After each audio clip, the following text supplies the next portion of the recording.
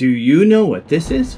I know you think you do. In this video, I'm going to tell you what it is, and more important, why it matters. It was way back in 1799. Napoleon was sweeping into northern Africa when his soldiers, digging in the town of Rashid, or Rosetta, discovered a strange-looking object in the sand. Realizing its value, an officer brought it to Napoleon, who was obsessed with history. Napoleon lost the campaign, so that's how it ended up in the British Museum, where to this day it remains the museum's most popular selfie booth. And now for the why. As in, why did you click on this video if you already know the answer? Let me assure you, you don't.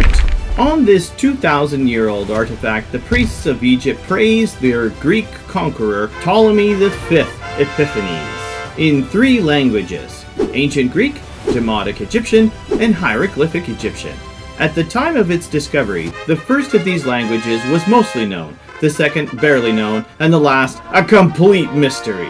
The story that we all know is that by comparing these 3 languages, archaeologists were finally able to crack the code that had baffled scholars for centuries. It's a great story and a useful metaphor for selling language apps, but only partially true. The man who deciphered Egyptian hieroglyphics, Jean-François Champion, mostly used alternate source material to crack the code of ancient Greek hieroglyphics. So what is the real why? I'm glad you asked. Strangely enough, the stone casts light on a baffling passage of scripture found in Isaiah 19:18. In that day, 5 cities in Egypt will speak the language of Canaan and swear allegiance to the Lord Almighty. One of them will be called the City of the Sun.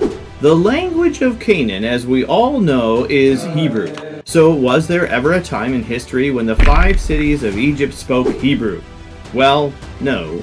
But let's just think about this for a moment.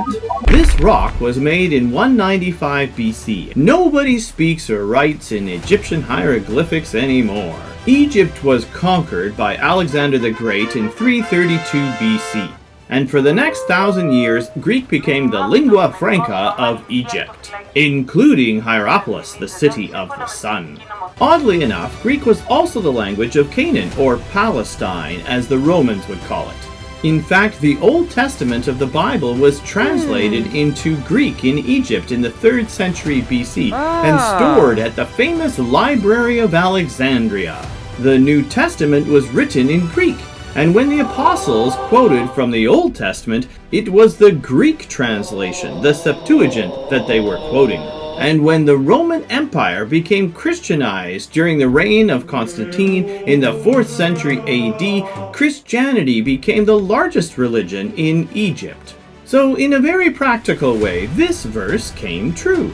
But it didn't last forever. Today, most Egyptians speak a form of Arabic, and Canaan, or modern-day Israel and Palestine, speak a plethora of languages, including English. So ultimately, this verse is pointing to the end times in history, when Christ will come again and set up his eternal kingdom on earth. What will be the language of Canaan and Egypt then?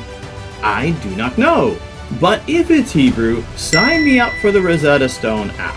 But for now, it's comforting to know that there was a time already when God truly did visit this earth and Egypt spoke the language of Canaan.